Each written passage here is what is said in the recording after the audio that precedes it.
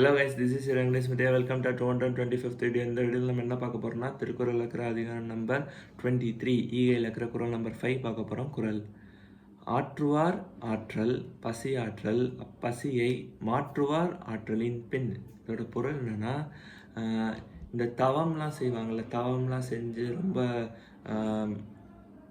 ஏதோ ஒரு பலன் அடைஞ்சிருப்பாங்கல்ல, ஒரு வலிமையாக இருப்பாங்க, ஓகேவா?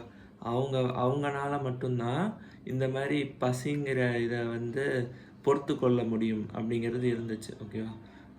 பட் ஆனால் அதை விட சிறந்தது எதுனா, அப்படி பசியில் இருக்கிறவங்களோட பசியை போக்குறாங்கல்ல சில பேர், அவங்களுக்கு உணவளித்து அவங்களுக்கு ஹெல்ப் பண்ணுறாங்கல்ல, அவங்களுக்கு கிடைக்கிற வலிமை அந்த தவமிருந்து வந்தவங்களோட வலிமையோட சிறந்தது, ஆற்றலுடையதுங்கிறார்.